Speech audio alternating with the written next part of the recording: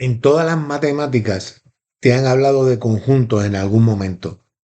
El conjunto de los números, por ejemplo, los números naturales, es el conjunto que conocemos como los números que contamos. Uno, 2, 3, 4, 5, etcétera, ¿verdad? Whole numbers. Ahí te incluyen los números de contar y el cero. Y los números enteros. Los números enteros son el cero y toda la recta numérica, positivos y negativos. ¿Ok? O sea, el cero, el uno positivo y negativo, el 2 positivo y negativo, el 3 positivo y negativo. O sea, la recta numérica.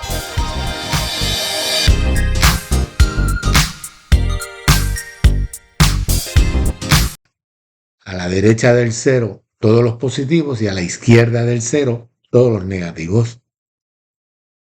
Y todos los años, desde el momento que en la escuela elemental te empezaron a hablar de conjunto de los números, te han hablado de conjuntos.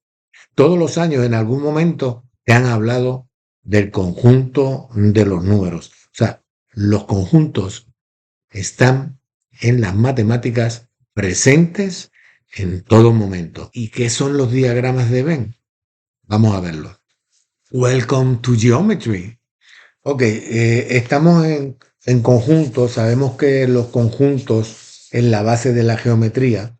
Por lo tanto, te estoy dando unos ejemplos y una tablita con números, ¿verdad?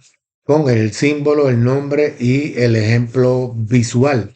Por lo tanto, ve parando el video, te recomiendo, es un resumen, por lo tanto, yo te recomiendo que en tu libreta hagas los diagramas, ¿ok? Que encima te estoy diciendo qué es cada una de las cosas y al lado para que lo identifiques. Te toca identificarlo a ti. Por lo tanto, nada, espero que puedas hacerlo. Déjame ir subiendo, ¿ok?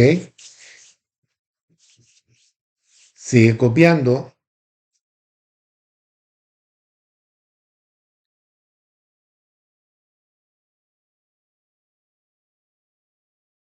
Oye, si tienes problemas con las matemáticas, suscríbete a mi canal.